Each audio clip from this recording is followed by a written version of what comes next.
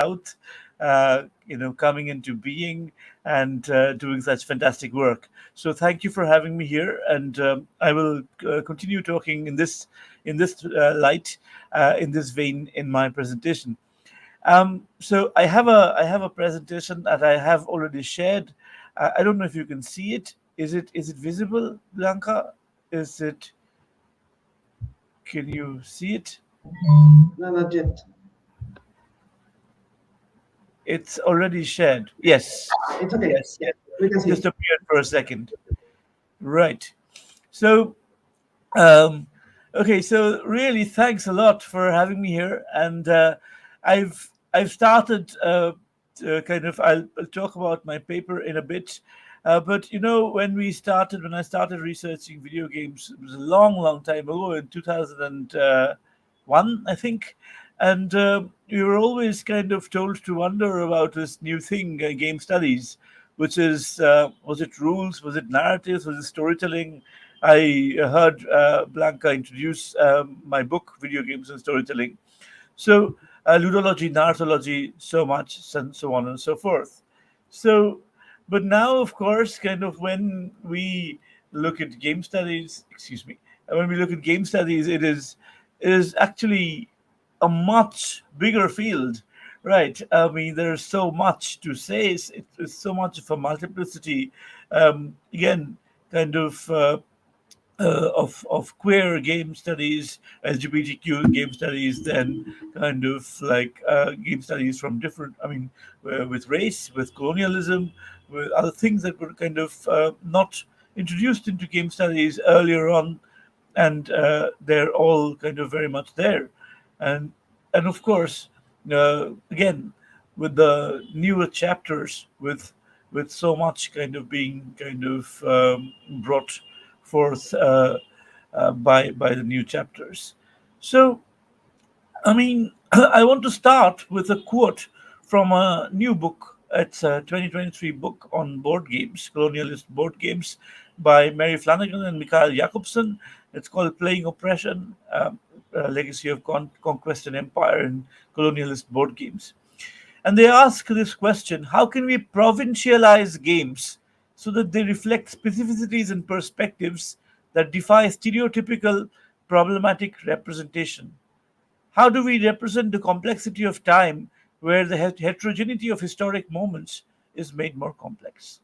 So instead of uh, you know, so looking at games, instead of looking at them as one monolithic structure or one monolithic one a thing, rather to look at uh, specificities rather than stereotypes.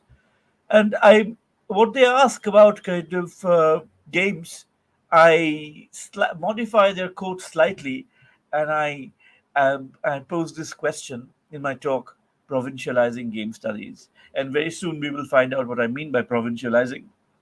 And my talk today is called The Global, Local, Regional, and Transcultural in Researching Video Games, Provincializing Game Studies.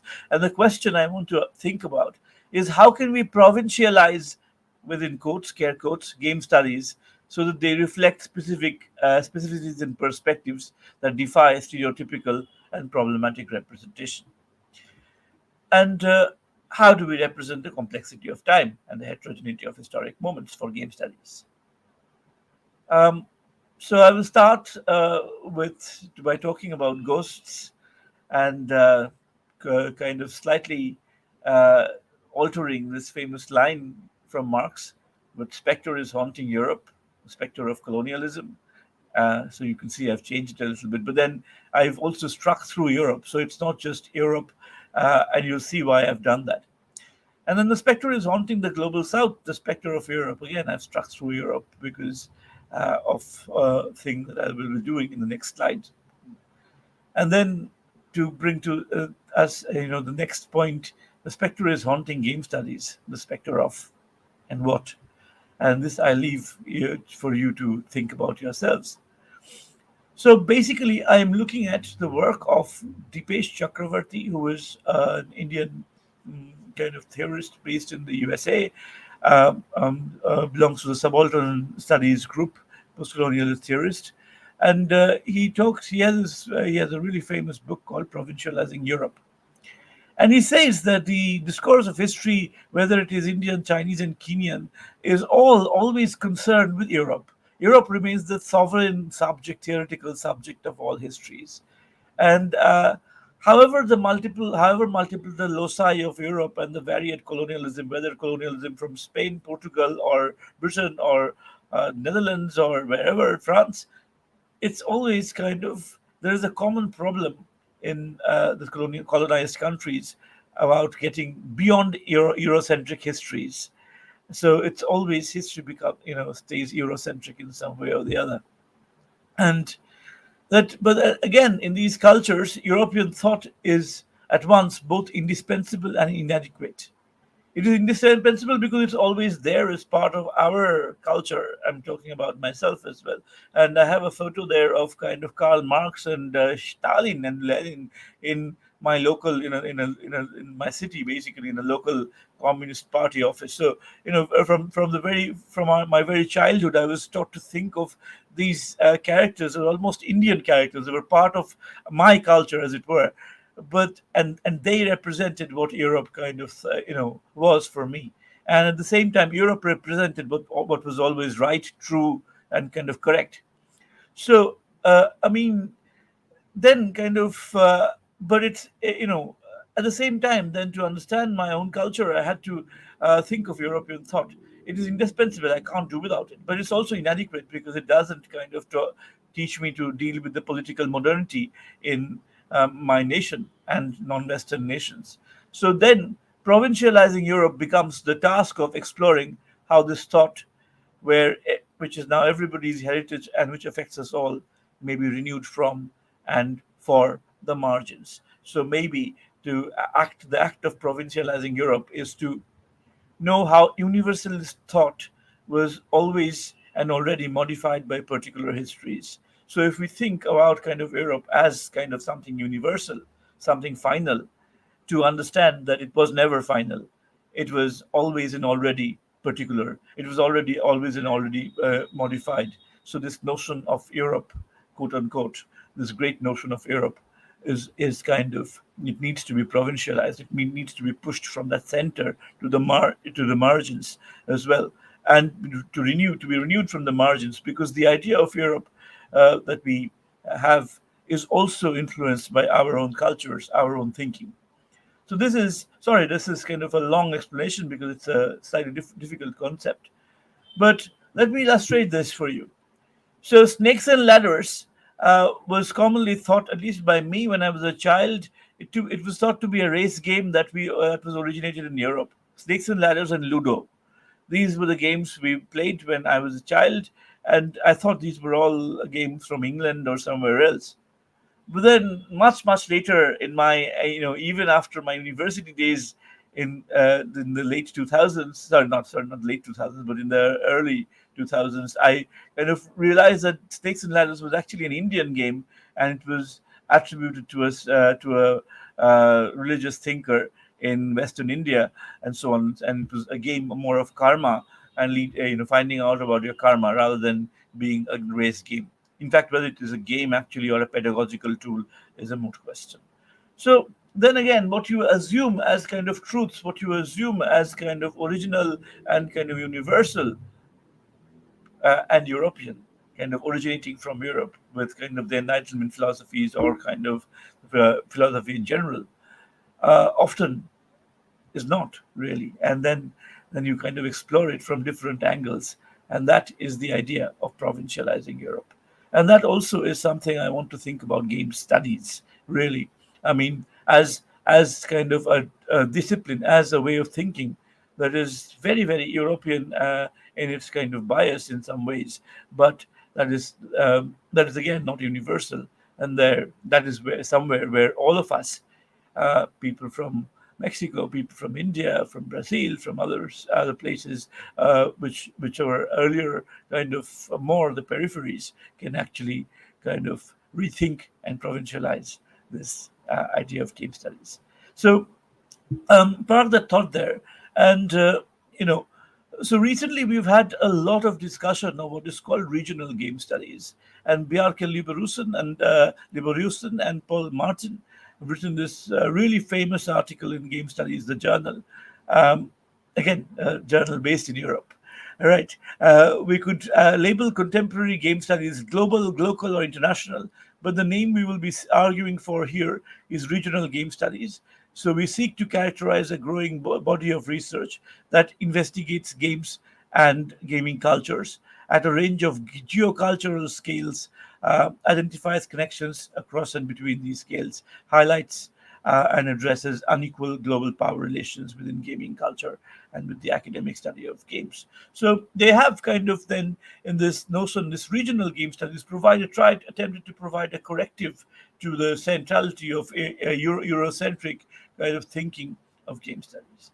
And there have been so many books about kind of games of belonging to different regions, whether it is Japan, whether it is the Asia Pacific, or the Czechia, Czechoslovakia back then, or the global South, or Southern America, Latin America, Japan, and even my own work on India and the Indian subcontinent, actually, and the USA, so much.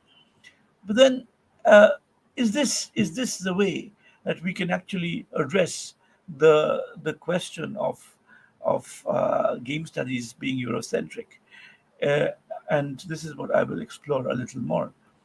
Um, so, the next section is game studies provincialized India as a case study. This is an area I know quite well, so I want to just so basically, it was very India. In India, the gaming was kind of really new. Computers kind of came in after or just around independence or even in colonial times. But then IBM was forced to leave India in the 1970s, and then there was a whole new kind of development, and then there was a lot of restrictions on kind of buying and developing computers, and then finally there was an era of globalization in the 1990s. So uh, proper kind of access to computers was as late as the 90s.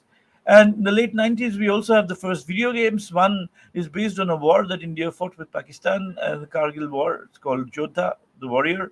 And the other is on the freedom fighter, Bhagat Singh, who fought against the British. So these are two games, both FPS games. And I mean, they didn't really succeed very much, but uh, then we have a lot of people commenting on the promise of games, like Ernest Adams saying that India is a sleeping giant, and at the same time, there are others who have more cautionary words, like Casey O'Donnell, who actually came from the USA to study the Indian gaming industry, and he writes about it in his book Developer's Dilemma. And then Adrian Shaw, whom you might know in many other contexts, also came to India, and she speaks about kind of how it is difficult to construct a homogeneous idea of gamers in India. In her essay, "How do you say gamer in Hindi?" So, and she looks at the diversity. At the same time, I mean, you have to understand that also in India this time, one of the most favorite games of all time was Max Payne. Everybody understood Max Payne as an Indian game almost. So that's again kind of Europe coming in a way. And then there was kind of all this kind of there's a computer game magazine which was closely emulating or trying to emulate kind of Europe in game magazines. And there were, of course, also homemade games which were like Unrest, which tried to be an RPG, which also had kind of at this time a kind of a British, a Scottish kind of writer as well, if I'm not mistaken. So this is the scenario really, and but at the same time they were also countering the sort of claim of the promise of India for making video games. There's also people like Sailesh Prabhu, who was an Indian game developer who moved to Scandinavia. And he wrote this essay, "Breaking the Billion," and he first asks us to consider that a large part of India lives below the poverty line. About 30% of India falls in this category. That leaves about 750 plus million people. But the definition of the poverty line is about 0.48 US dollars per day and zero point 0.7 US dollars per day in urban areas. So he's talking about kind of how poverty in India also affects kind of these statistics of kind of uh, gaming or India being a really great gaming culture. And then he talks about things like traffic jams, where people lose mobile internet when stuck in a traffic jam. Or he also says that a huge majority of India, hell, a huge majority of India uses squatting toilets. Ever tried playing Crush when you have to squat to go and use water to clean up after? Anyway, that's probably an extreme one, but there we go. And then he also talks about the 122 languages in India, and 22 official national languages. So a lack of machinery to localize games in Indian language. Now, some of these have been addressed lately, but these are still some of these are still are concerns.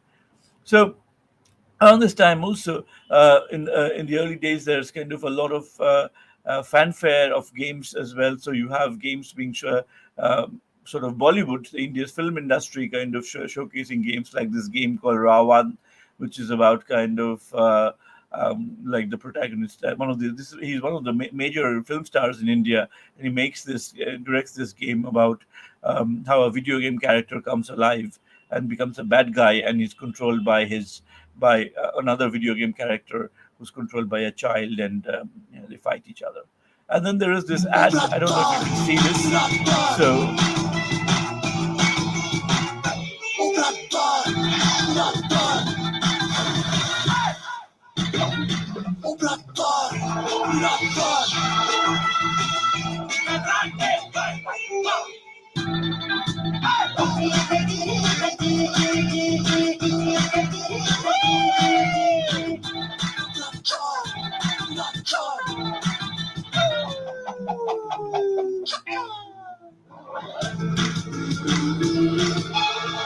Where is the key? Welcome to the amazing world of Xbox 360. So I'm not sure why Xbox 360 had to be portrayed like that. I mean, but there is clearly an Orientalist kind of portrayal of Indian culture, society, and all that, very rural based. And of course, what Prabhu is saying also is kind of similar. But then this portrayal is kind of very based on kind of India as a land of exoticism and wonder and whatever. And then you have Welcome to the World of Xbox 360. And Xbox 360, most consoles, has not yet taken off. I mean, that did not take off in India. I mean, still the PC is a more popular kind of medium of playing. So there's all these kind of things that are happening around this time. And I want to also take you through a few games that have been made in India recently. Like, for example, this is somewhere by Studio Olio Mingus, which is about, which basically is about examining the problems of recording and remembering history as told by colonizers, and it deals with the issues of appropriation, authenticity, and authorship. So basically, it is kind of more or less a post-colonial game in a sense. And how do you remember? How do you record history? And what is history? Again, kind of going back to our provincializing Europe argument in a sense. And then this is a game about human trafficking in Kolkata, the city where I live in. And then you have Raji, which is about a young girl's quest to rescue her brother, and the female protagonist here. But then there's this whole lush kind of, sort of ornate kind of representation of Indian architecture, a mix of Indian architectures. But the gameplay also is very much like a hack and slash game genre. So it's kind of very European in its kind of or very un-Indian, very very kind of sort of, I don't know. It kind of really sort of emulates or copies one particular genre, which is so. Uh, there is this mix as well. And then again, there is another game, Palace on the Hill, made by Nico Games in 2022, which is about exploring India's artistic past. But you can see that there is this young boy who is the protagonist, and he's a youth, and he's a college student, and he's going back to his village to explore India's past. So there is still kind of a level of kind of, again, uh, in a way, kind of. Uh, he is the native informant to this particular culture in post-colonial terms. He will have to, he is kind of educated in Western kind of sort of forms, and he's going to find, he's going to discovery of his homeland. So again, this is another game which is quite a kind of really unique example, because it's a game developed by an Indian game developer, but it is a game about how Soviet books were actually received in India. So, well, it can't get more complicated than that, really. How Europe kind of gets into the psyche of kind of the global South. And again, of course, in speaking for kind of the representations of the global South, and this is how India is represented in the global context, especially in the West. This is how Age of Empires represents India, which is like, and I use kind of Lisa Nakamura's notion of cyber types, where I mean, uh, characters or units that are made. I mean, all the buildings look like a mishmash of different Indian architecture just put together, and then there are kind of historical inaccuracies, really, which you can read about in the slide. And then this is my favorite slide. It is about, it's Dalsim, and I've shown this before. Dalsim from the Street Fighter. So he breathes fire. He's kind of, it's so exotic, right? And he's wearing this loincloth, and he has like skulls as necklace, and he's a yogi. But his name actually means lentils and beans, because the people who designed this game apparently walked to the closest Indian restaurant, and just found the kind of one item, whatever food item they saw, and they just kind of gave him this name. So there we go. That's why I say Indians are just Indians. And then his wife, of course, is called Sari, which is something that Indian women often wear. So she's just kind of called, given the name of like a dress. Basically, it's like calling somebody a skirt or a frock. So there we go. And then again, I mean, in many cases, you have India absent, like in Call of Duty Modern Warfare 2. You have, I think, you have the Americans kind of battling the Russians, but the Indian army, which is like the second largest standing army, it's just nowhere there. And they're battling the Russians in an Indian city or town, and you can see the writing in Indian languages, or kind of also the they're making fun of how Indians kind of often get their English wrong. So tailor specialist in ladies, so it's basically a lady specialist tailor, but you can see how they're making fun of that. But then Indians are absent otherwise. So and then again, of course, this rather notorious, whatever scenario where Gandhi, Mohandas Karamchand Gandhi, uh, who's kind of India's the father of India's father of the nation, basically, who's also connected deeply with civil disobedience and non-violence. Basically, he's shown as a character who gets nuclear happy, and he's kind of continually dropping nukes on people in civilization games. And apparently, one of the reasons that was given was that it was a bug, but later on, it's just been admitted that it wasn't even a bug. It was just something, somebody's idea of fun. So, and this fun is, of course, kind of in a sense very colonialist fun, because it's in a sense, even now there is this kind of fear, in a sense. I read of kind of people like Gandhi, who are upsetting the very kind of Eurocentric notion of politics, really. So, well, all of these happening.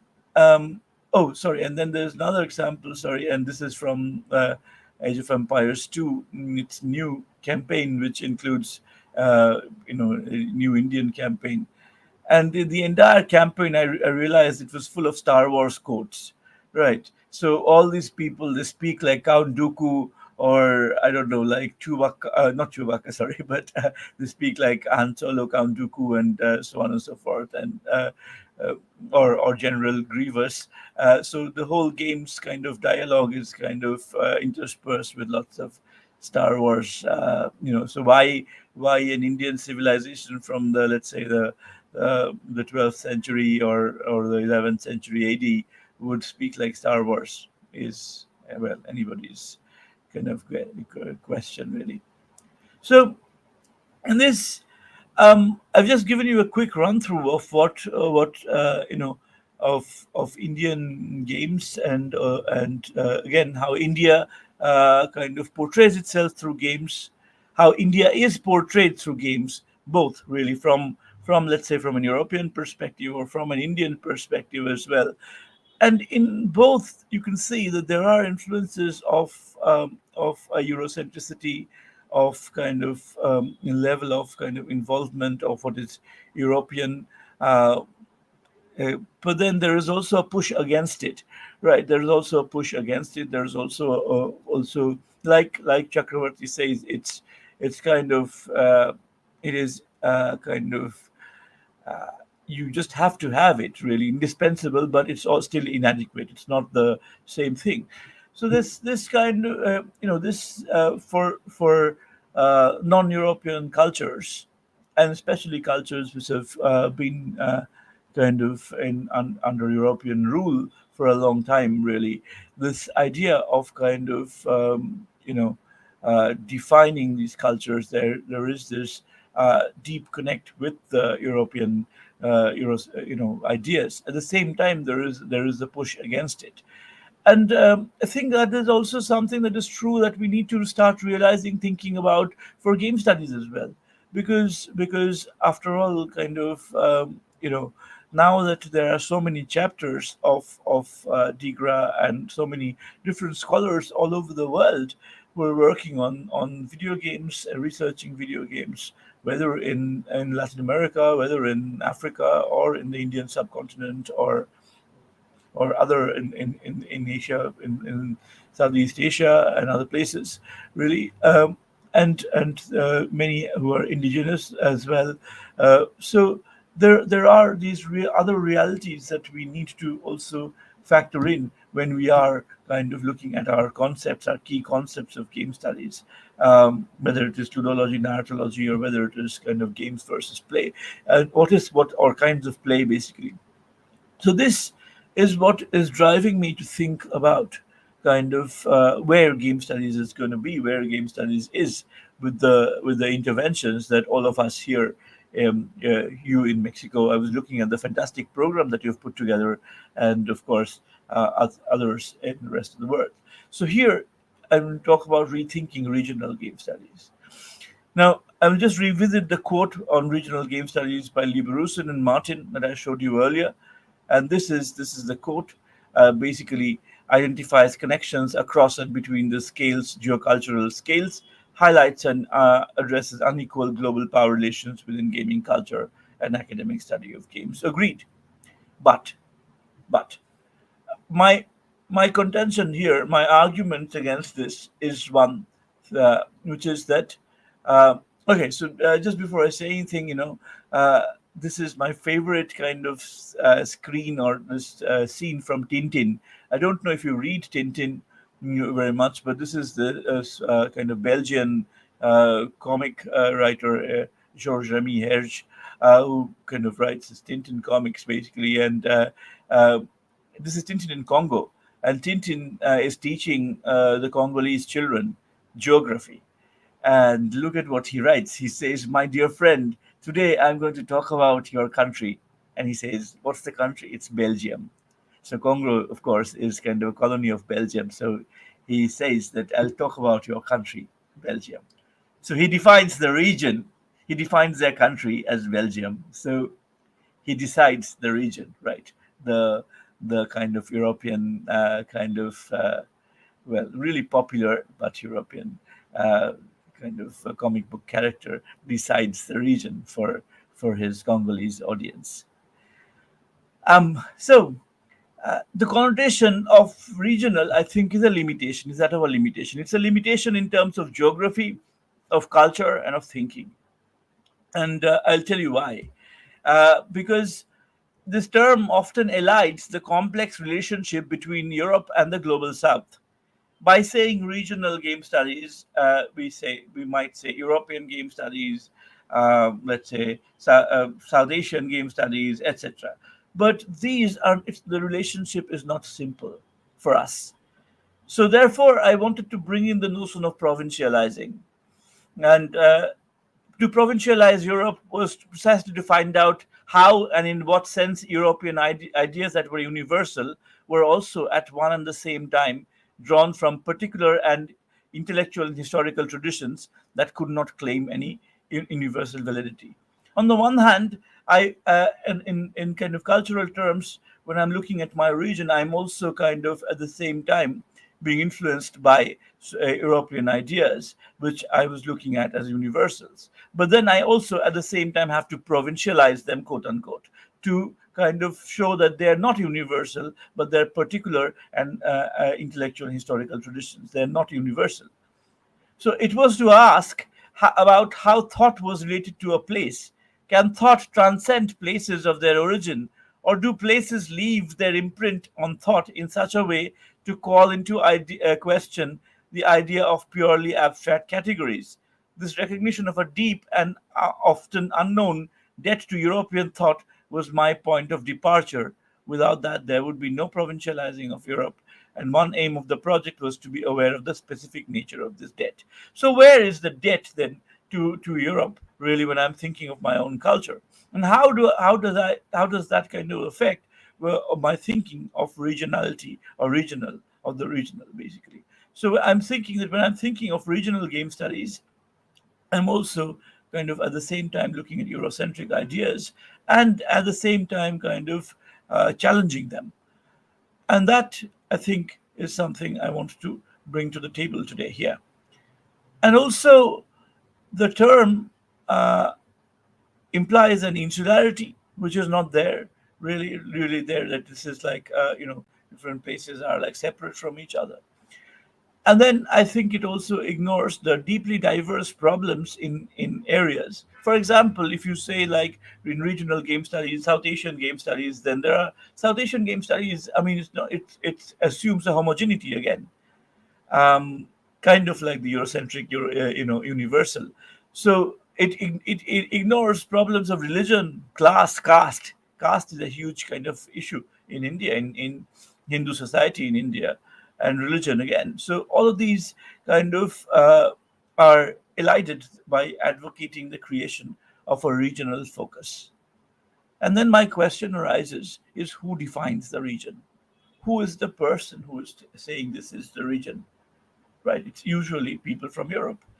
And again, in this particular essay as well, the definition of region is kind of done from outside, really. So that's, again, another question. So for me, I think a more kind of productive way of thinking of game studies is not as regional, because we are always provincializing Europe, in that pushing Europe. We are always facing the fact that Europe is about universals that have been connected in our culture, but we are pushing against it. Again, at the same time, we are also looking at the complexities in our own region, so-called regions, really our own cultures, where we have kind of different castes, different classes, religions, etc., different other issues, really, which we can't just kind of club together in using a region. So I think a more productive way of looking at it is perhaps to transcend the regional and to bring forward notions of borderlands, of border thinking, borderlands from uh, Gloria Anzaldúa, border thinking from Walter Mignolo, and also creolization from Ananya Jan Ara Kabir. And these three thinkers, I will address them very briefly.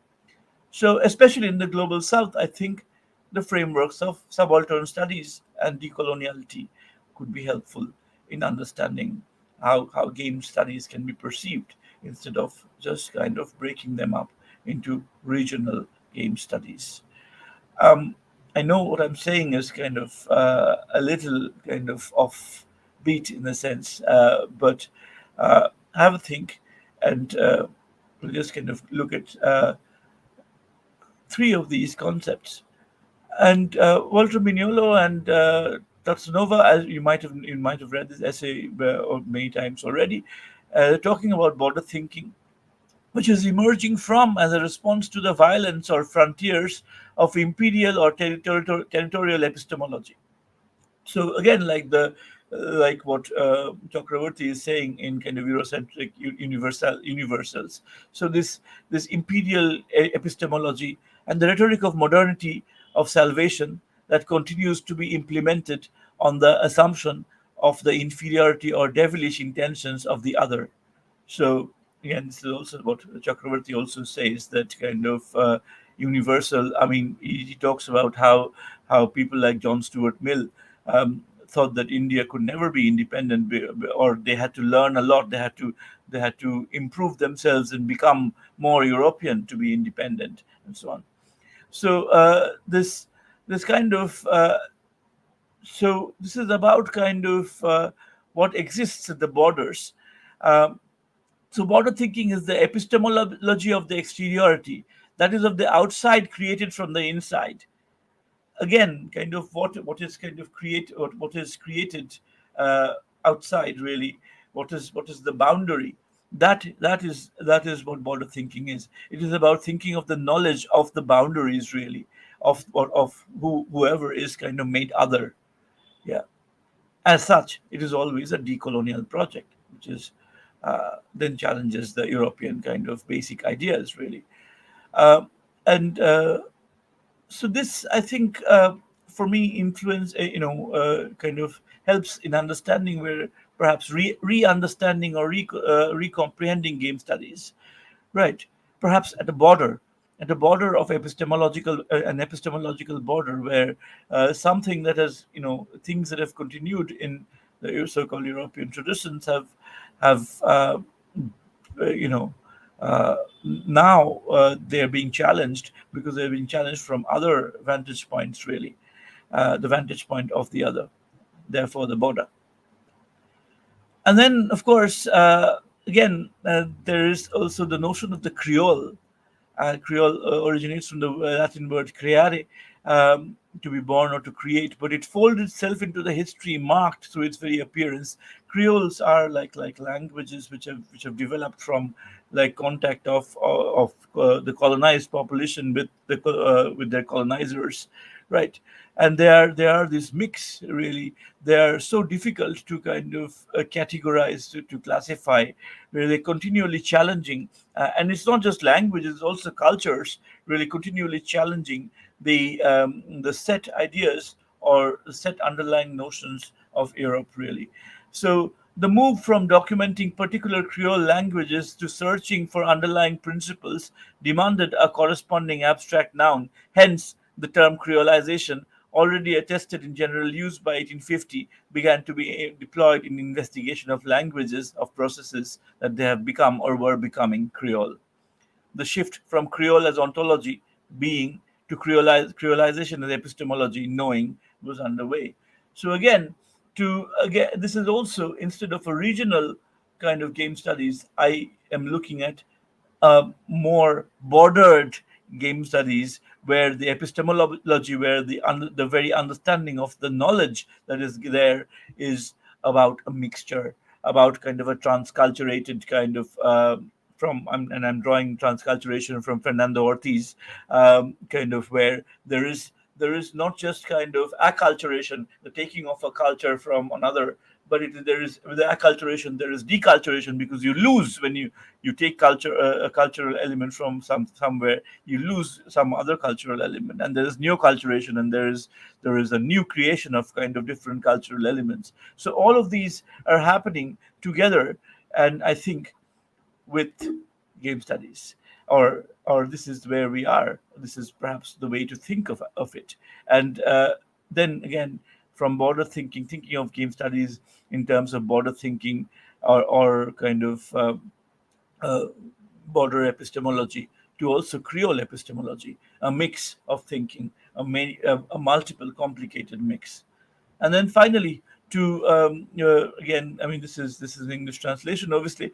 Yeah, so it's a mix of English and kind of, to live in the borderlands means you are neither Hispana, India, Negra, Española, ni Gabacha, Eres, Mestiza, Mulata, half breed caught in the crossfire between camps, while carrying all the five races on your back, not knowing which side to turn to run from. To live in the borderlands means knowing that the India in you betrayed for 500 years. This is of course a different India, but then it also kind of connects with me, I think, in that sense. So is no to live in the borderland means knowing that the India and you betrayed for 500 years is no longer speaking to you.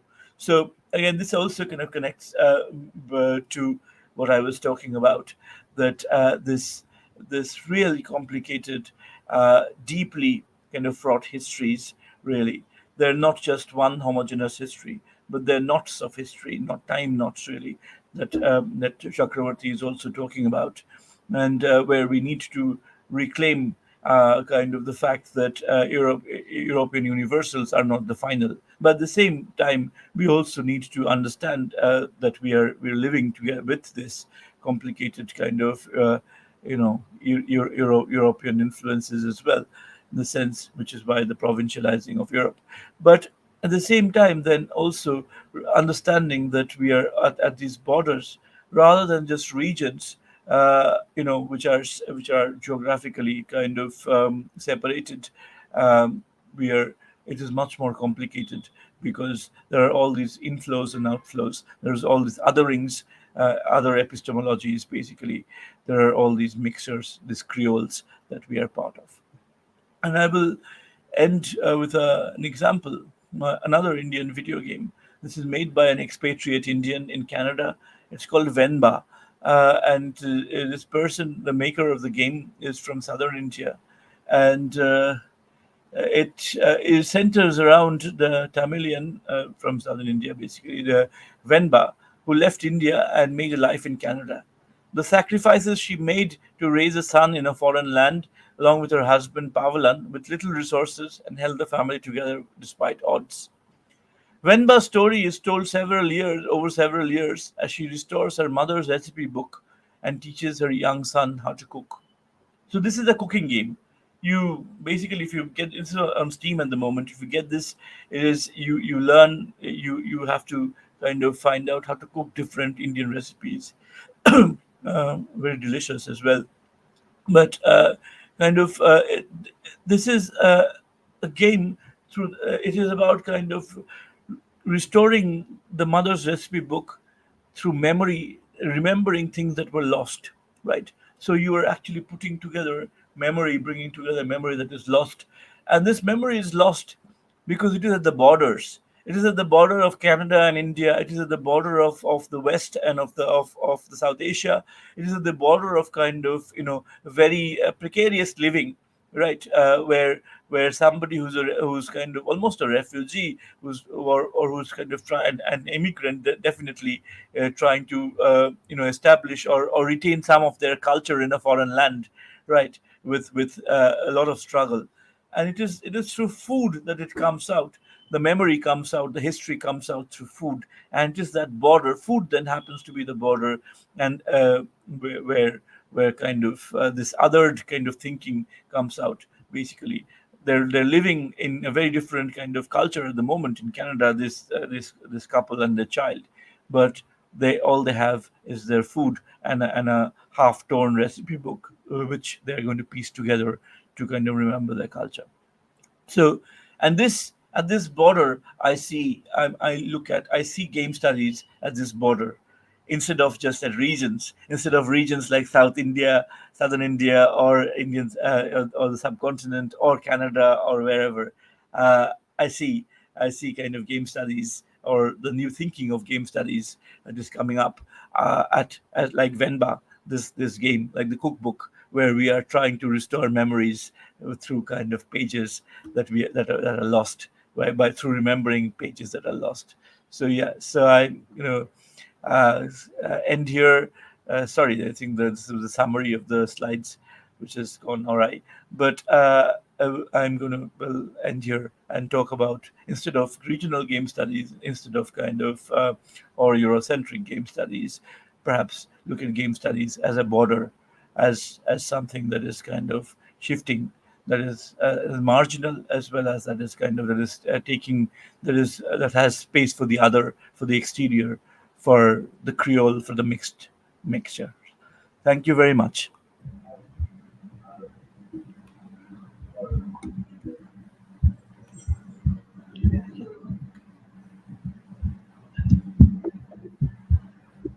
Thank you, Souvik, very much.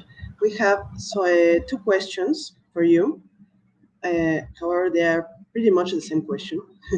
It's about one thing you said on being the European vision the most visible and mediatized vision of the world. However, in video games, we in Mexico have experienced something else, something about a more predominant view from the United States of America.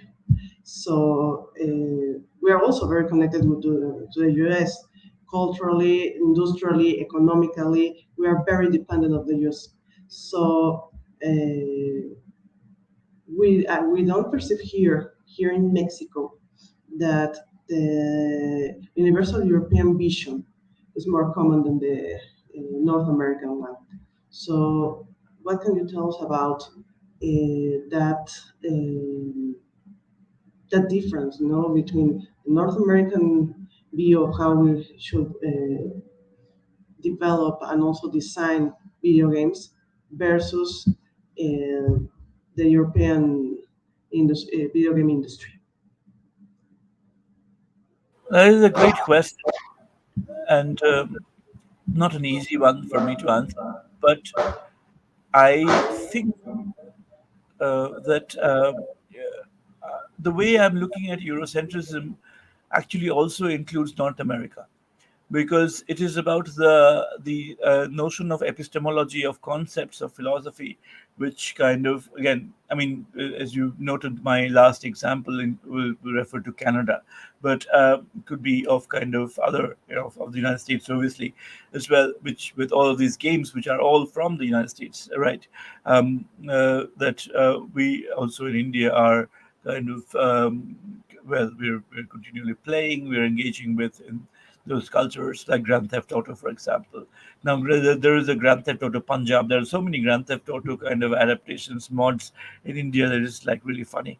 But we are always part of that culture, really, kind of woven into, and I think the logic really is kind of woven into the kind of making of the games, and I'm kind of looking at them together, really. Although your question is quite important in how they're separate. They obviously have kind of different differences, really, because kind of games made in the EU might be different. But then there are, of course, companies like Ubisoft, which have uh, well branches on EU and the USA, and then many of the, or Rockstar even. So there, but I'm not looking at the formal differences, but I'm saying that epistemologically, there are certain epistemological kind of or kind of certain assumptions, with cultural assumptions that are made, which I think are common. So I'm looking at the two kind of, whether it is the USA and Europe, as very similar in certain respects. And again, bringing in the idea of colonialism, of global South, of the global South, of of kind of well, so kind of class, religion, all these other issues, poverty. I think that kind of this there are often assumptions made about the global South, really, or there is often things that are set up. You know, it is about the global South, or the minor, or the marginal being spoken of, spoken about, or even spoken for, right? And that is what I'm kind of also thinking about here. So I'm looking at it more. My short answer would be I'm looking at the two uh, in a way that they're connected epistemologically. Of course, there I also consider the kind of cultural differences that they have, and also the design and the other kind of industry differences that they have.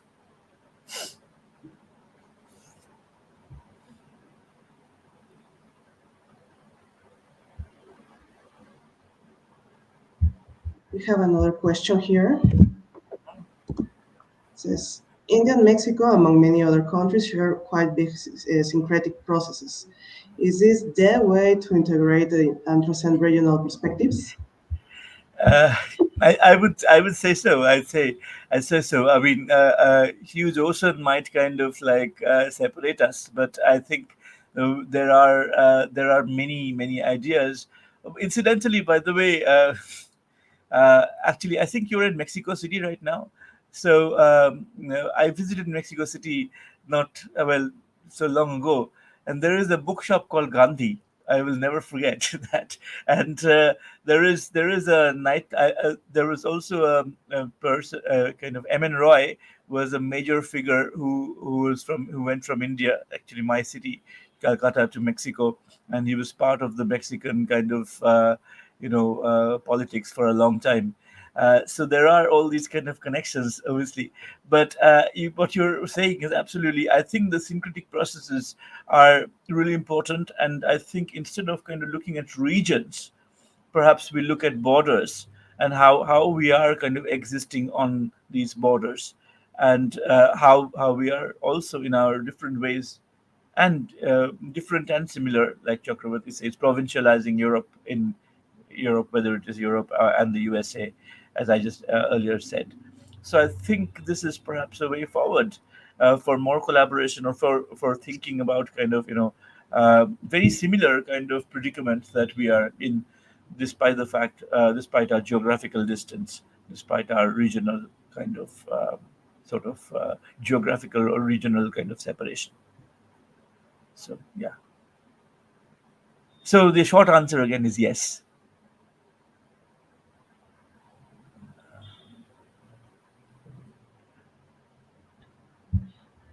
Thank you very much for your great chat.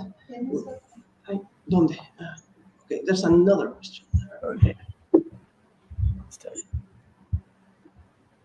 Madre santa. Aquí está. Ay, voy.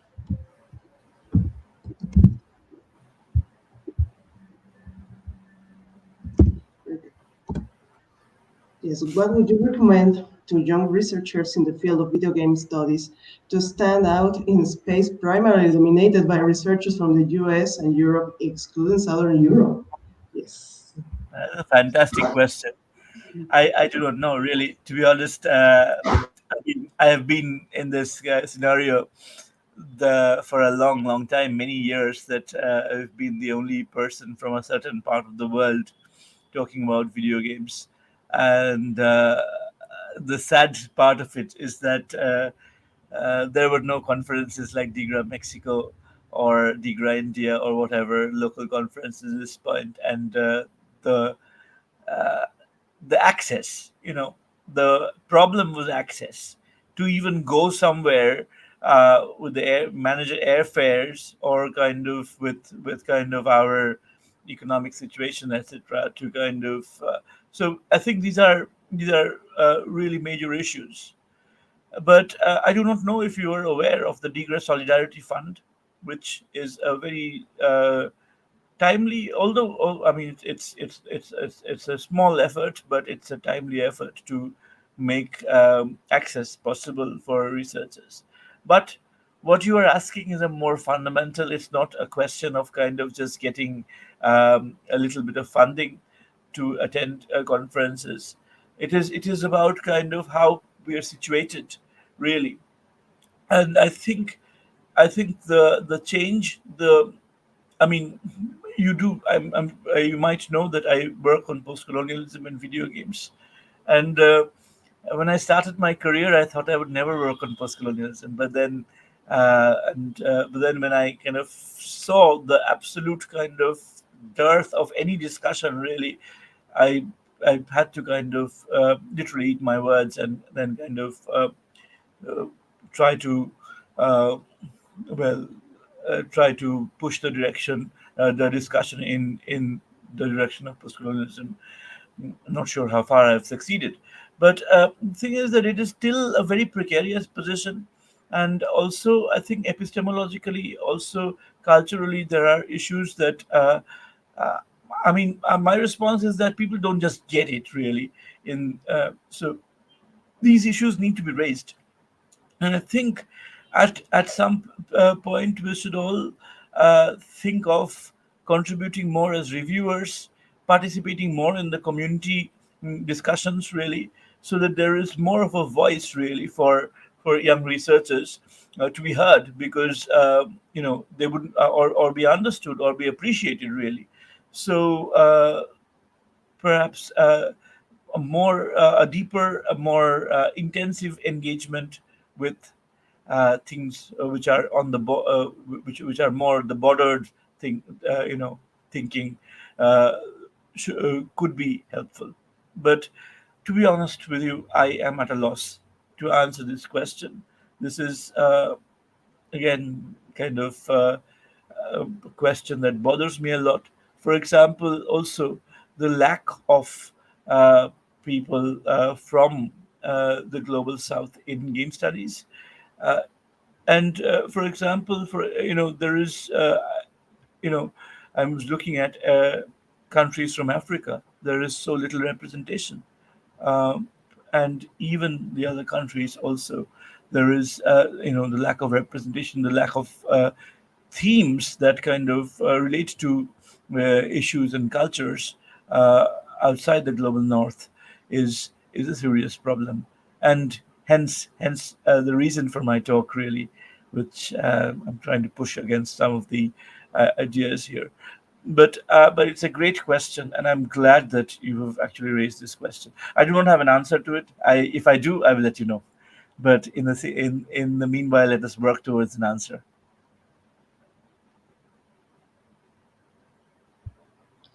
Thank you very much for your talk and your insights. So we are going to give Souvik a big applause, please. Thank you very much. Applause for DIGRA Mexico. Very much. And we have it here. And it's in quote in one of our university's books. So I'm so glad. I'm looking forward to meeting you here in Mexico City someday. I hope to be there, and all the very best. Thank you very much. So, nos vamos a ir a la siguiente plática con el doctor Nelson, y nosotros en este chat estamos out. Hey Nelson. Y Nelson, ¿en qué la va a dar? ¿En español o en inglés? No sé. Entre proximidad en inglés para que pongamos la transmisión. Hi, Nelson. Hi, hello, good morning. Olá. Você vai falar em português? Vai falar English? Or do you Como want to speak prefieras, English puedo or Spanish? hablar en portugués, en inglés, en español, no sé. Español. ¿Quieres hacerlo en español? No sé, porque español Você es más fala muito, você fala um espanhol perfeito. Se eu intento falar em português, você pode falar aqui espanhol. Ok, Pode? si lo quieres, yo hablo español. Perfeito. Para Eu saber agradeço si muito. ponemos el streaming o lo dejamos aquí. Ok. Entonces, comenzamos con el siguiente ponente. Cedo la palabra a la doctora Ruth Contreras y va a dirigir al doctor Nelson Zagalo. Okay, la siguiente ponente. Magistral.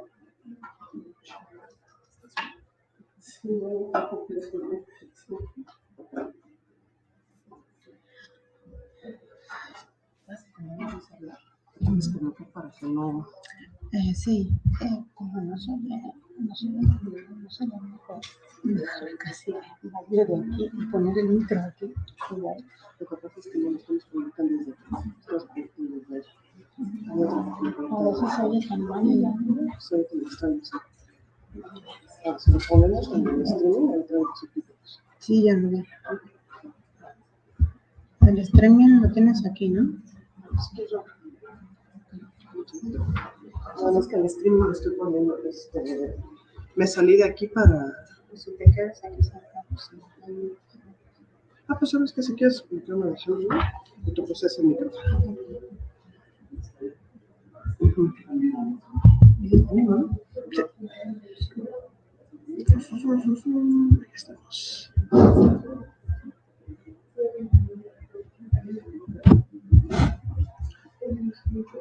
Bueno, se acabó de usar mi compu, no manden mensaje.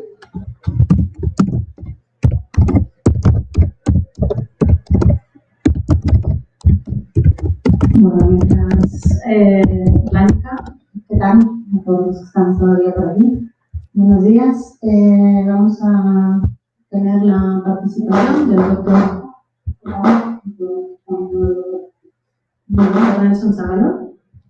El doctor Nelson es profesor en la Universidade de Aveiro, en Portugal. Es coordinador de DigiMedia, que es Digital Media and Interaction Research Center. Él es el fundador de la Sociedad Portuguesa de Videojuegos Video Science y de la revista DIGRA Digital Media and Interaction. Ha estado durante mucho tiempo, como técnico, como consultante científico para diferentes empresas. Actualmente trabaja en varios proyectos financiados por fondos europeos, programas de educación superior, y además ha publicado más de cientos de papers, y tiene bastante también libros por ahí. Nelson y yo nos conocemos de hace muchos años, 10, puede ser más de 10, ¿no? Sí, más de 10. Acho que más, sí. Sí. Y actualmente trabajamos juntos en un proyecto europeo precisamente de estos, que es Media, centrado en analizar cómo se pueden utilizar videojuegos para media literacy. Y nada, es un placer. Muchas gracias, Nelson, muy obrigada por tenerte aquí, y espero que sea también, hay muchas preguntas y que la gente se interese en la charla, así que estoy segura que sí. Gracias y te escuchamos. Ok, muchas gracias yo por me haber invitado para estar aquí. Es un placer para mí estar aquí en DIGRA. Un poquito más alto. Ok, déjame ver si el micro que esté muy bajo. Que ayer yo he estado grabando un vídeo y que no estaba con los micro muy... Ok. Ahora se escucha bien. ¿Sí? Sí. Ok. Falar um pouquinho português, misturar português e espanhol. Ok, no problema. Ok, para hacer la partilla, aquí slides, ok, slides, Google Slides, your computer, upload file, download, communication, México, DIGRA, ok, está cargando los slides, ok.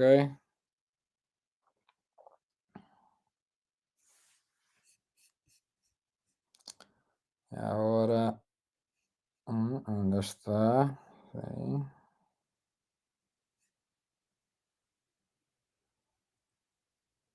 Está pensando.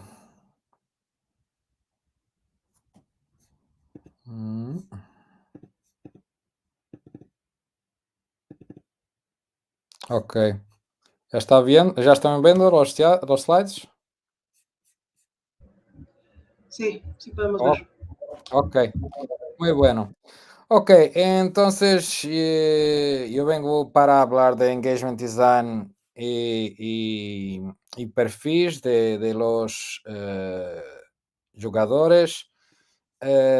Solo para empezar a hablar un poco de lo que hago. Yo trabajo en la Universidad de Aveiro como profesor, más hago investigación por muchos años en la área de interacción y game design. Lo que estoy siempre intentando de developar y diseñar es cómo mejorar la relación entre humanos y media, humanos y máquina, humanos y artefactos. Y para esto trabajamos en 3 grandes dominios: lo afectivo, cognitivo y embodied, o cuerpo, y a partir de 3 grandes conceptos, que es lo play, la creatividad y lo storytelling. Pronto, estos son los grandes conceptos con que trabajo, y lo que voy a presentar ahora aquí es una discusión, es un framework que yo he creado para la investigación que desarrollamos en Digimedia, y que mis alumnos de doctorado utilizan para hacer sus proyectos, y es un framework para lo diseño de engagement, que es una subárea de la experiencia de la UX o User Experience o diseño de experiencia, que es una cosa que está ahora muy, que es muy hablada en todas las partes que tiene que ver con design de utilización, design de juegos, design de interfaces, design de web. Todo eso ha cambiado mucho porque 10 años atrás estábamos hablando de usabilidad, estábamos hablando de emociones, y ahora todo se ha incorporado en un único concepto que es lo UX, User Experience. A mí lo que me importa más en la experiencia no es tanto la interfaz visible de la interacción directa con lo artefacto, como en web o en mobile, mas lo que me interesa más es la creación de significado a partir de la experiencia. ¿Qué tipo de creación de significado se hace cuando experiencias un artefacto?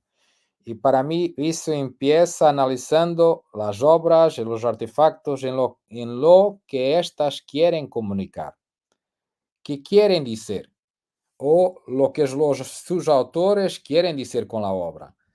Y por eso mi foco es la experiencia humana de artefactos, de obras de arte o media arte, como lo quieras hablar. Lo que me interesa es que tenemos aquí un foco que va a tentar analizar lo que pasa cuando estamos en contacto con un artefacto de estos, que es un artefacto. Es claro que para nosotros aquí hoy lo que nos interesa es lo artefacto interactivo, el videojuego. Mas este faz parte de una gran tradición de creación de artworks, de obras de arte, ¿ok? Y los videojuegos no son una forma de creación de expresión humana aislada de lo resto. Es una forma de expresión que toca en todo lo resto. Utiliza la literatura, utiliza el cine, utiliza la música, todas las otras artes, ¿ok? Por eso, cuando analizamos y cuando intentamos de crear design de experiencia, no podemos mirar a los videojuegos como solo una interfaz. Tenemos que mirar en cuanto un objeto que produce una experiencia del todo. Por eso, lo mejor es empezar de intentar de comprender lo que es una experiencia. Y para esto utilizo mucho la definición de Mark Cassensal, que tiene un libro específico sobre design de experiencia y que la traduce de esta forma muy sencilla, que es la experiencia es un episodio. Es un bocadillo de tiempo a través del cual nosotros nos vamos a sentir un conjunto de cosas, que pueden ser visiones, sonidos, sentimientos, pensamientos, acciones, deseos, un conjunto de cosas que a nosotros nos dice algo. Ha comunicado algo a mí y yo soy capaz de lo comunicar a otro. Eso es la experiencia. Es un pequeño episodio que me guardo en memoria, mas que contiene un conjunto de cosas. Esto es lo que estamos intentando de recrear cuando hablamos de diseñar una experiencia. Claro que es muy fácil, es muy simple de pensar, ok, lo que queremos es crear la mejor experiencia posible. Mas crear una experiencia es de las cosas más difíciles de hacer. ¿Y por qué? Porque la experiencia no es solo creado por lo videojuego. La experiencia va a depender de lo contexto en que lo videojuego es experienciado y más ainda de la persona que lo experiencia. Por eso la experiencia es algo muy subjetivo. Es una cosa que yo voy a diseñar, a dibujar en los videojuegos y voy a tener la certeza que todos van a tener la misma experiencia con los videojuegos. Por eso tenemos que ser muy humildes cuando partimos para este dibujo de experiencia y lo que hago es bajar un poquito la análisis de lo que estamos haciendo, no permitir la entrada en una cuestión demasiadamente filosófica y psicológica, mas mirar específicamente a qué se hace en los videojuegos. Y una de las cosas que sabemos que hacemos en los videojuegos, que es diferente de las otras artes, es que interagimos con el videojuego. El videojuego es un artefacto interactivo que permite la agencia. Lo que pasa es que esa agencia es producida con un acumulado de ciclos de interacción. No es simplemente tocar, mirar, mover, es un conjunto de ciclos que al cabo de algún tiempo van a producir una experiencia. En primero van a producir la sensación de agencia, que yo puedo cambiar lo que estoy viendo, que yo puedo cambiar lo significado de las cosas con que estoy interagiendo. Por eso aquí tenemos que mirar, ok, entonces mi acceso para lo design de la experiencia se produce en lo design de la interacción y en la producción de estos ciclos. Por eso tenemos que mirar y ver con calma cómo podemos hacerlo. Y un primer paso para eso es partir exactamente de lo que es lo design de interacción. Y lo design de interacción es algo que mira la interacción de tres vectores. Uno, lo primero es lo cognitivo, lo no, lo que yo puedo saber, lo que yo voy a saber de la interacción. Lo segundo es lo motor, lo perceptivo, que es lo que voy a hacer. Y lo último, lo emocional o lo afectivo, lo que voy a sentir. Y por eso, cuando yo hablo de dibujar una experiencia y yo estoy hablando de lo design de esa experiencia, la forma que tenemos para partir para eso es empezar a dibujar eh, las formas de engagement posibles. Y lo engagement es un poco menos impactante que la experiencia, porque la experiencia es lo todo, ¿ok? En cuanto que lo engagement es apenas una pequeña parte de la experiencia, es la parte en que hay alteración de nuestro comportamiento, ¿ok? En que nosotros no estamos atentos, que estamos ahí mirando y que estamos interesados y que queremos hacer algo, que queremos obtener algo, queremos saber algo, ¿ok? Eso es lo engagement. Son curtos momentos de sincronismo con lo artefacto. Y por eso, cuando hablamos de saber lo que está pasando, sentir lo que está pasando y hacer algo con lo que estoy pensando y sintiendo, lo que pasa es que estoy engajado en la experiencia. Estoy engajado en el videojuego. ¿Ok? Ahora tenemos que claramente partir para cómo lo hacemos. Y cómo lo hacemos va a depender de una cuestión muy conectada con la psicología. Porque lo que pasa es que en los videojuegos, al contrario del cine, de la literatura, nosotros no nos quedamos ahí parados, expectantes de que lo libro o lo film nos cuente lo que pasa. Nosotros tenemos que interagir para que las cosas pasen. Y para eso, lo que pasa es que yo tengo que diseñar o dibujar los videojuegos de una forma que va a mantener las personas engajadas. Y para eso tengo que hacer o qué? Tengo que motivar las personas a actuar. Entonces, lo que tenemos a propósito de motivación es una teoría que tiene ya casi 40 años, ¿ok? Claro que ha sido siempre en developamiento, ha estado con muchos estudios y contraestudios, mas podemos decir que ahora es una teoría que es muy sólida y que nos garante un conocimiento muy claro de lo que es la motivación humana.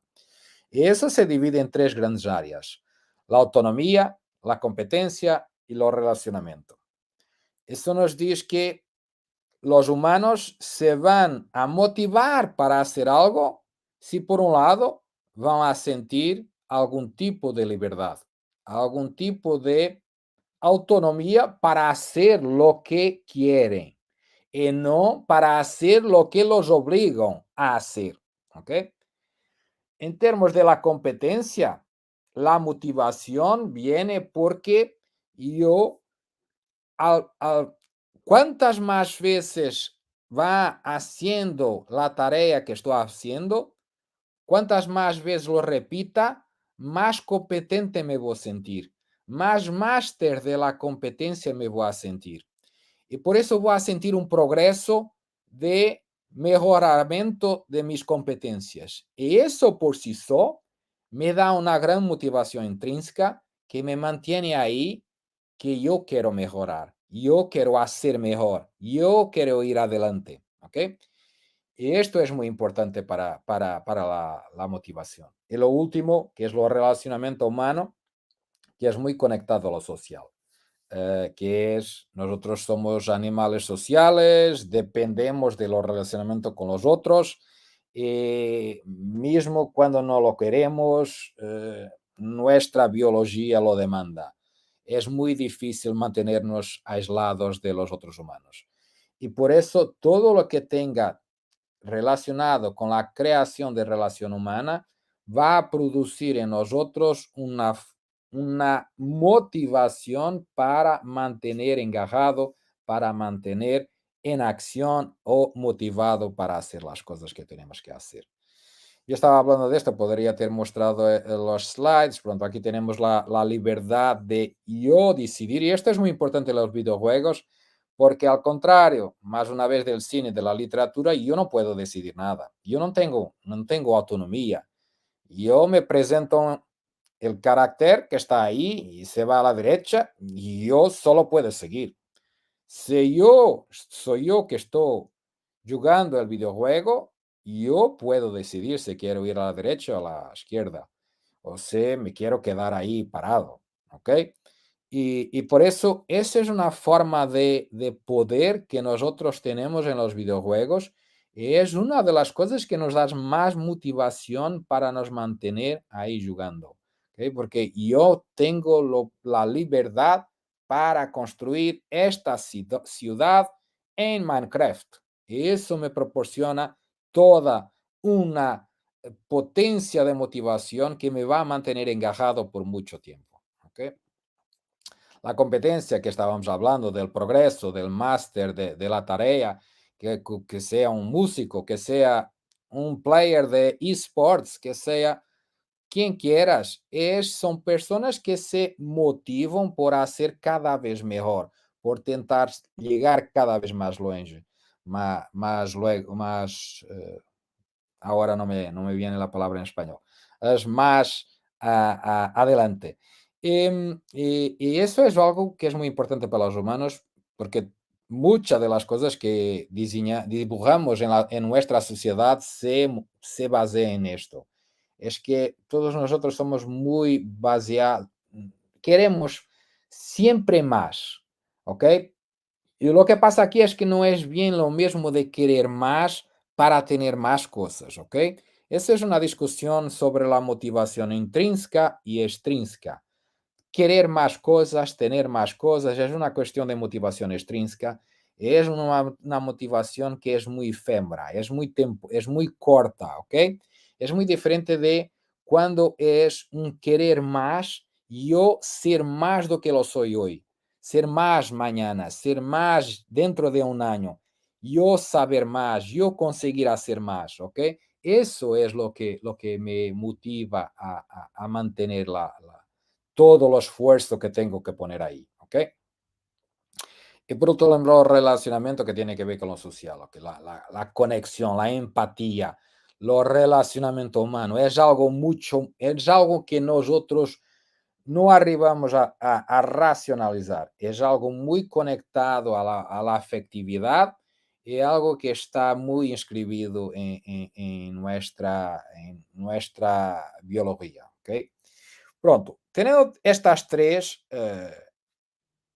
puertas de acceso a la motivación humana, lo que podremos ver en este framework es que Cuando conectamos esto con las áreas de interacción, por ejemplo, la competencia con querer conocer, la autonomía con querer hacer, los relacionamientos con querer sentir, lo que va a pasar es que va a producirse todo un stream de engagement.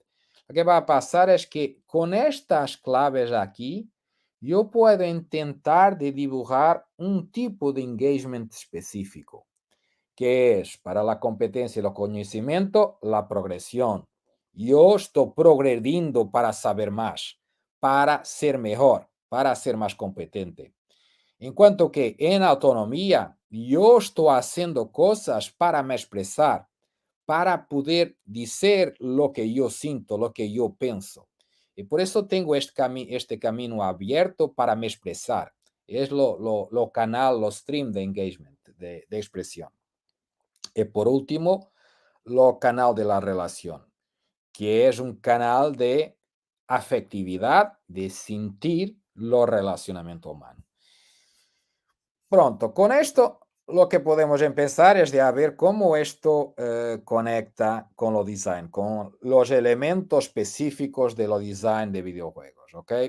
Y si empezamos con progreso, con progresiones, lo que tenemos es que en términos de elementos vamos a tener lo nivel más, no voy a decir más básico, más lo que va a definir más concretamente lo que es un juego, ¿ok?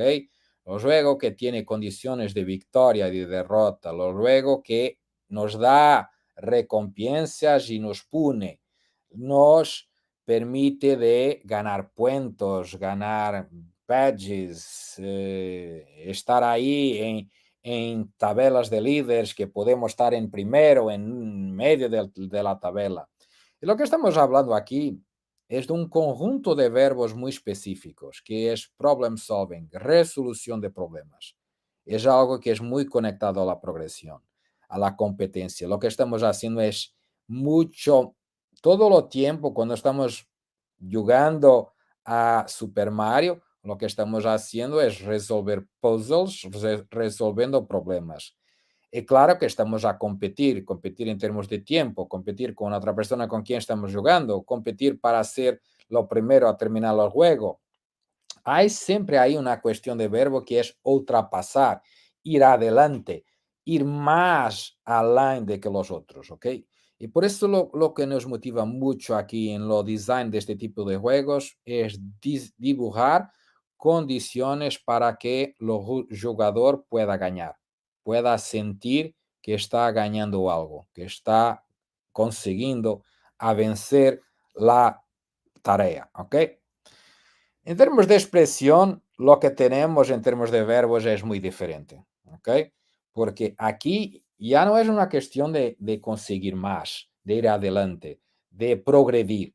Lo que pasa aquí en la expresión, en lo engagement vía expresión, es que nosotros lo que buscamos es la creación, es la invención y por otro lado la exploración.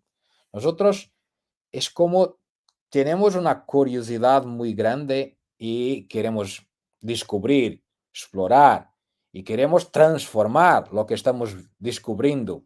Queremos conocer diferentes posiciones, diferentes cuestiones y presentar nuestra propia visión de esas cuestiones o de esos mundos, ¿ok? Por eso la autonomía nos ofrece eso. La autonomía permite que yo me afirme en cuanto a mi identidad, lo que yo soy perante los otros. Y esto es muy fuerte para los stream de engagement. Y por último, los stream de relaciones, que los verbos cambian nuevamente, como es claro, y que tenemos que la empatización. La empatización aquí es la clave, ¿ok? Nosotros lo que vamos a hacer para llegar a dibujar una situación de engagement, de creación de una experiencia engajadora, es permitir a los jugadores de se relacionar con lo carácter, con la persona que está dentro del videojuego. ¿Ok? Y lo que tenemos que hacer es crear accesos, canales que permitan llegar a eso, que me permita simpatizar con lo carácter, que me permita cooperar, que me permita partillar, que me permita dialogar. Yo lo que quiero es estar en una relación que se queda prazerosa, me da placer de relacionar, porque es a través de la relación con lo otro que yo propio voy a crecer. Yo propio me voy a conocer a mí propio. ¿Ok? Por eso lo que tenemos al final del framework que es un acceso a la creación de la experiencia. Como decía al inicio de la charla, la experiencia es algo muy subjetivo. Nosotros no podemos dibujar la experiencia, que lo que podemos dibujar es partes de la experiencia que van a intentar de producir esa experiencia. Y en esta propuesta, en este framework que yo presento a los creadores, a los designers, lo que tenemos es 3 canales, 3 streams que van a permitir esa construcción. Claramente que esto no son guidelines normativas, que tienes que hacer así para conseguir hacerlo, ¿ok? Esto es un modelo de design. Y por eso lo que pasa aquí es que nosotros estamos intentando de crear yo no quiero usar la misma palabra, pero es una relación con lo interactor, con los jugadores. Claramente que esto es la parte de lo framework, como lo he presentado, más importante. Mas lo que he descubierto en cuanto a trabajaba en este framework es que lo framework no va a funcionar de la misma forma con todos los jugadores. Porque ni todos los jugadores les gusta jugar lo mismo tipo de juegos. ¿Okay? Nosotros tenemos todas nuestras preferencias. A algunos de vosotros les gusta Action Adventure Games con narrativa. A otros les gusta Super Mario con puzzles. A otros les gusta FPS, RPG. Muchos tipos diferentes de juegos, ¿ok? Social games. Lo tenemos de todos los tipos. Y lo que he pasado es que yo he estudiado un conjunto de estudios impensados en 2015 por IE y que y él estaba intentando de crear los perfiles de los jugadores. ¿Qué tipos de jugadores tenemos? ¿Qué tipo de juegos les gusta jugar? ¿Ok? Y él ha entrevistado, ha cuestionado. Hasta 2017 tenía 300.000 respuestas. Ahora tiene más de un millón de respuestas. ¿Ok? Y por eso este modelo es un modelo muy sólido, que es un modelo que tiene una base empírica muy grande. ¿Ok? Por eso lo modelo ha surgido en 2017 con su primera presentación. Ahora se ha firmado y se mantiene ahí. Y lo que podemos ver aquí es que tenemos 6 tipos de perfiles. ¿Ok? El perfil de las personas que les gusta la acción, las personas que les gusta lo social, las personas que les gusta la maestría, las conquistas, la inmersión y la creatividad. Y después tenemos ahí algunas subcategorías de design que nos ayudan a comprender qué tipo de juegos les gusta a estas personas. Lo que pasa es que yo cuando estaba trabajando con esto, estaba construyendo mi framework de engagement design y lo que yo he intentado es de conectar este modelo con los canales de motivación y de engagement, ¿ok?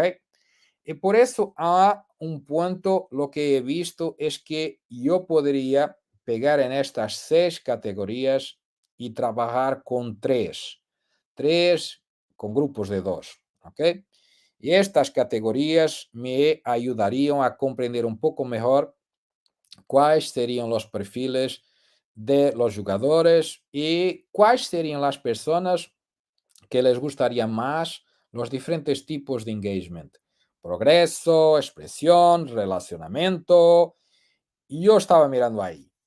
Lo que ha pasado es que cuando he mirado a estos y he analizado los videojuegos que son analizados por este estudio empírico, yo he trabajado con los videojuegos y después con las escalas de la personalidad psicológica de las personas y las he comparado y trabajado y yo he llegado a estas tres personas que pongo aquí por debajo, que es los dramatistas, los abstraccionistas y los thinkerers.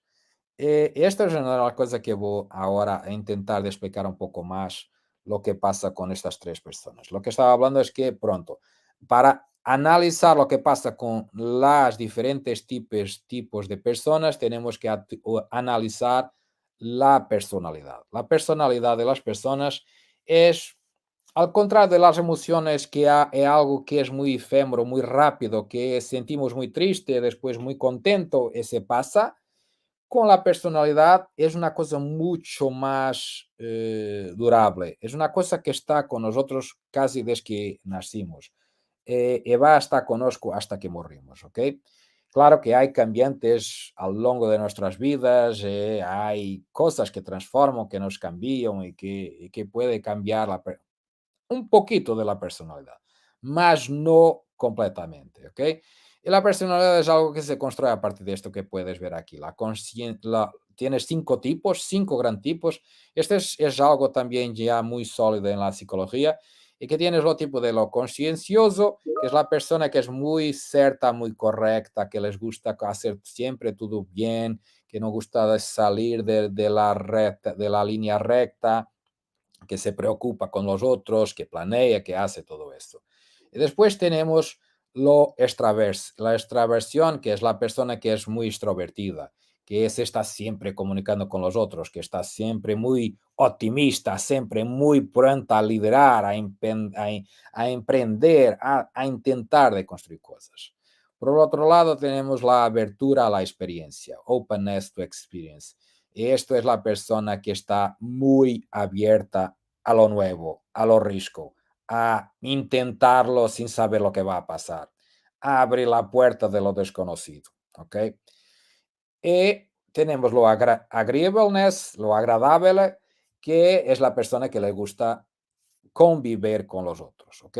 Colaborar, ser muy generoso, ser una persona buena, confiable y todo eso. Hay una conexión entre agradabilidad y extraversión, mas es una conexión más de superficie, ¿ok? Porque la persona agradable no va a correr riesgos, más no va a poner en riesgo a los otros. En cuanto a la persona extrovertida, en cuanto líder y emprendedor, no se preocupa, se ponen los otros en riesgo, ¿ok? Por eso hay aquí una gran diferencia en estas dos personalidades que se parecen. Y por otro lado, emotional stability, que en algunos manuales es calificado como neuroticismo, ¿ok? Y que es lo contrario que tenemos aquí, en vez de una estabilidad, es la instabilidad emocional. Es lo tipo de persona que está siempre cambiando de la noche al día, ¿ok? Que ahora está todo muy bien y después está todo muy mal. Que la estima no es muy alta, no tiene una gran conciencia de lo que pasa consigo propio y por eso tiene una gran dificultad en regular sus emociones, su presentación a los otros y mantenerse estable perante lo todo, ¿ok? Entonces, lo que tenemos es estos trazos y al lado, lo que puedes ver aquí, es lo que nos va a ayudar a lo design, ¿ok? Porque los tipos de trazos, por ejemplo, la abertura, ser muy abierto a lo riesgo y todo eso, de lo lado alto, vamos a tener la necesidad de curiosidad y de invención. Queremos inventar. Esto es lo opuesto de lo convencional, de la rutina, ¿ok? De lo consciencioso tenemos la organización versus la desorganización. Extrovertido, aventura, outgoing, o sea, presentación externa y lo reservado. pronto, puedes verlo después, porque esto no vamos a ganar mucho estar aquí a ver ahora todos los detalles. Lo que quiero es pasar al otro modelo que hemos combinado aquí, que es, no solo hemos utilizado el modelo de las personalidades, hemos buscado una otra cosa. Porque lo que pasa es que el videojuego no es solo una experiencia pasiva. El videojuego es la experiencia que estamos hablando, que tenemos que hacer algo, ¿ok? Tenemos que hacer. Y para hacer no es propiamente lo mismo que estar ahí experienciando algo, ¿ok? Y por eso hemos buscado los perfiles que nos permiten percibir cómo las personas son motivadas a hacer cosas, a escoger lo que van a hacer en su profesión, en su futuro, cuáles son las cosas que las realizan, ¿ok? Y aquí tenemos entonces seis perfiles, que es lo convencional, que es los organizados, todo muy, muy correcto, lo realístico, que son las personas que les gusta hacer cosas con las manos, los makers, lo investigativo, que son los pensadores, artístico, creadores, social, ayudantes, y enterprising, compañías, los persuasivos. ¿Ok? Y lo hemos combinado todo. Lo hemos combinado esto con... esto es la combinación de diferentes categorías, no es muy importante para ahora. Lo que quiero es presentar aquí la combinación de los Five Factor Model, los Big Five, con los RIASEC. Y lo que tenemos aquí es una relación de proximidad. Lo consciencioso va a ser una persona que va a quedarse por lo convencional. Es organizada, es metódica, trabaja mucho. ¿Okay? Openness to experience. La persona que se abre a la experiencia va a ser lo más artístico, lo creativo, lo expresivo. Lo extraverso va a ser lo que va a emprender, que va a persuadir los otros de que es importante de continuar. Lo agradable va a ser lo social. Y por fin, lo neurótico o lo neuroticismo, no tenemos una conexión con lo RIASEC, y lo podemos comprender por qué, porque claro que si es instable, es difícil de poner esto en un esquema de hacer cosas, porque va a hacer ahora y después no va a hacer. Por eso no hay aquí una conexión directa. Lo mismo le pasa con lo realista y lo investigativo, que no hay una conexión directa. Podríamos conectarlo con lo consciencioso, mas no es bien lo mismo, ¿ok? Porque aquí vamos un poco más além de lo consciencioso, tener una camada más analítica, que lo consciencioso ni siempre lo demuestra, ¿ok? Pronto, ahora podemos mirar, para hacer esto más sencillo para nosotros de comprender, podemos mirar a qué tipo de persona estamos hablando cuando hablamos de estos perfiles. Y por ejemplo, tenemos aquí este primer perfil que es de Descartes, que nos habla de algo relacionado con lo racional del pensamiento científico. Después tenemos a Leonardo, que nos habla de su necesidad, su urgencia de hacer cosas. Y por fin tenemos a Shakespeare, que nos habla de su necesidad de contacto y diálogo con los otros humanos. ¿Okay? Y podemos ver aquí como tenemos tres personas que son muy diferentes. Esto está un poco aquí desequilibrado, mas lo que interesa aquí para mí es que tenemos tres grandes perfiles, ¿ok? Que son los abstraccionistas. Descartes, lo que le interesaba no era lo concreto, no era la relación humana, era lo pensamiento abstracto de lo que era la realidad, de lo que soy yo. Mira, cuando yo digo, I think, therefore I am, yo penso, luego yo soy, lo que estamos haciendo es una abstracción de la calidad de un ser humano. Yo no estoy pensando en un ser humano en concreto, de una persona. Yo estoy pensando en todos los seres humanos. Y por eso me desconecto de todos los otros y me fijo ahí en la abstracción generalista. Los tinkerers son estas personas, los makers, las personas que en toda su vida la forma de se conectar a la realidad es haciendo cosas, es construyendo, desconstruyendo, misturando, fusionando, intentando de ver de qué es hecha la realidad. ¿Okay? y por fin a Shakespeare, los dramatistas. Los dramatistas, las personas que están todo el tiempo intentando de construir la realidad a través de historias, a través de drama, intentando de percibir cuál es el papel que yo estoy jugando aquí, cuál es el papel que la otra persona está jugando en esta relación. Esto me permite entonces de llegar aquí a un framework de conexión entre los streams de engagement y los perfiles o profiles de las personas. Entonces, podemos mirar aquí en los abstractors, que podemos hablar de Descartes, Stephen Hawking, Einstein, un conjunto de personas, ¿ok? Que van a ser lo que van a ser personas que van a pertenecer a este Five Factor Model de Consciousness, conventional, y lo que quieren mastería, quieren lo más posible. Son personas que están muy focadas ahí en una estructura de ideas que es una abstracción. Y lo que os mueve es ir adelante, conocer lo más posible, adelantar la tarea que están haciendo y llegar a la definición que les va a gustar, les va a decir que ha terminado el proyecto que están haciendo. ¿Okay? En los Tinkerers, y esto lo get to know es lo progreso, es la progresión que yo hablaba en el engagement. Después tenemos aquí los Tinkerers, los Makers, en lo que tenemos abiertos a la experiencia, artísticos y creativos. ¿Ok? Y lo que tenemos aquí, la insaciabilidad de la curiosidad, siempre buscando lo nuevo, siempre buscando la descubierta, intentando de comprender a través de lo hacer. Esto es lo que motiva a las personas que están en este perfil. Y lo último son los observadores de comportamiento. Aquellos que están todo el tiempo comparando, haciendo comparaciones entre personas, intentando de percibir por qué esto se comporta de esta forma, y por qué el otro ha dicho esto, y por qué no ha dicho aquello, y por qué ha pensado de esta forma. Y mira, lo que está pasando aquí es que son personas que son muy observadores de lo concreto.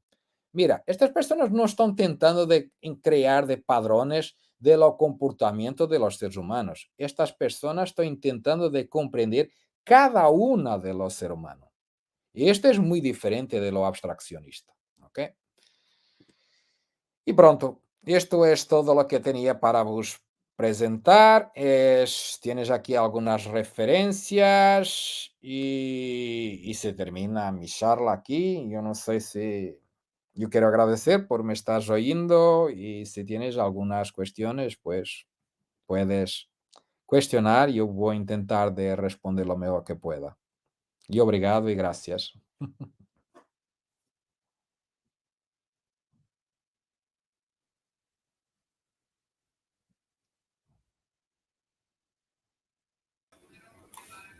Muchas gracias. Vamos a esperar a que se incorpore la maestra Blanca, pero tenemos algunas preguntas en Facebook. Una de ellas es, ¿cómo podemos evitar la sobrecarga de decisiones manteniendo la agencia?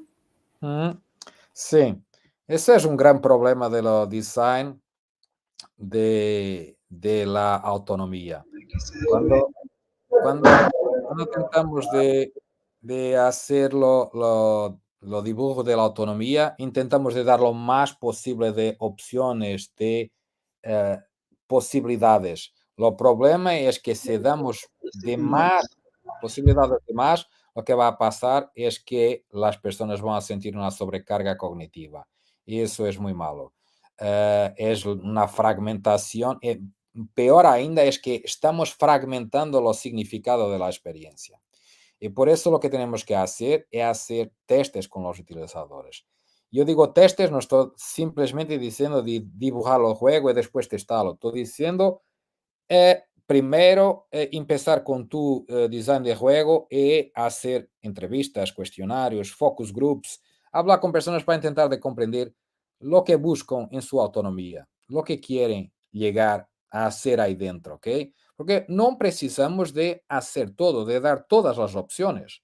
Lo que queremos es crear una experiencia de un recorte de posibilidades. y no crear todo el mundo dentro de los videojuegos. Mas es una cosa muy difícil de hacer, ¿ok?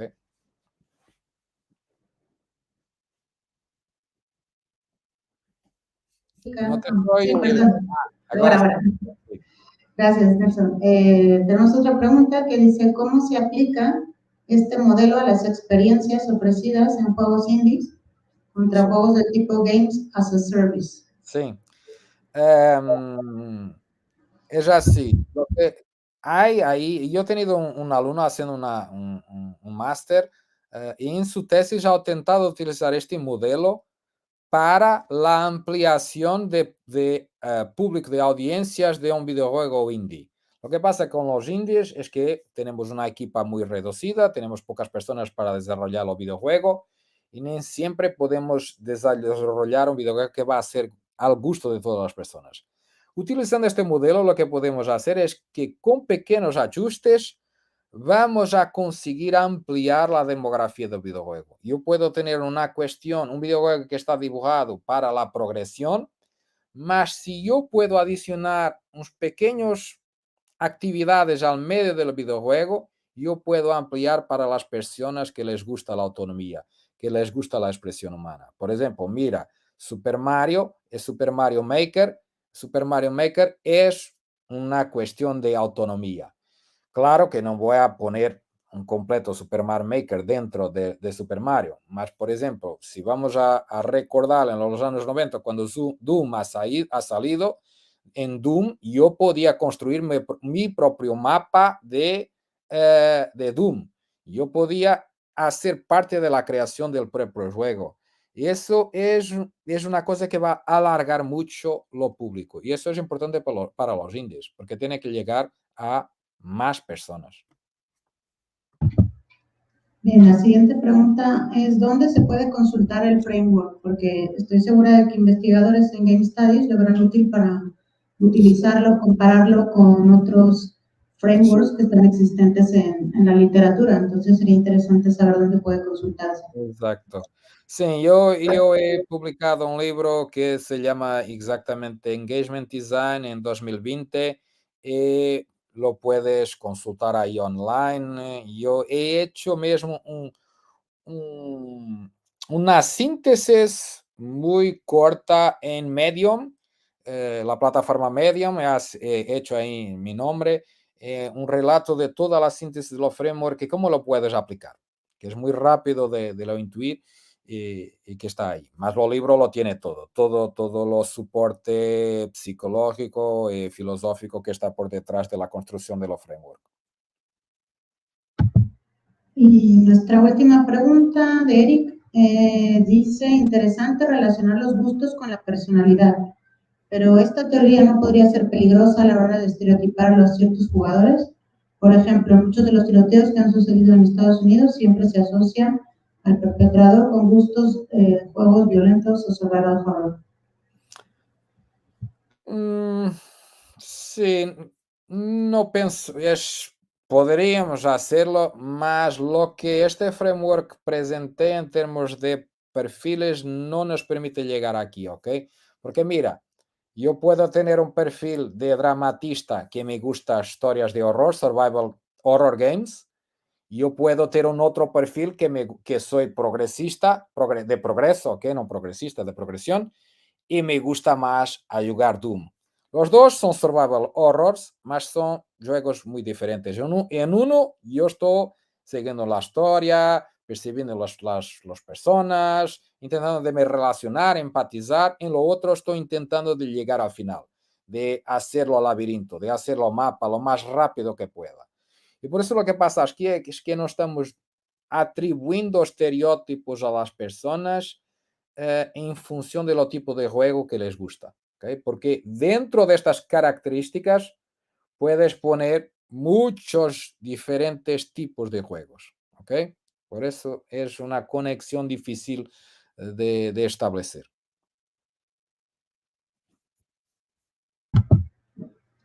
Ya estamos, no tenemos más preguntas. No sé si alguien aquí en el público tiene alguna pregunta.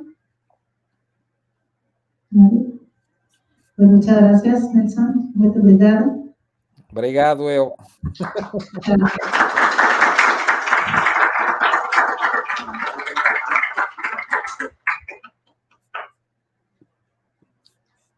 Y bueno, ahora vamos a seguir ahora con las comunicaciones, unos minutos vamos a reunir aquí todas las presentaciones y enseguida continuamos en 6 minutitos. Gracias.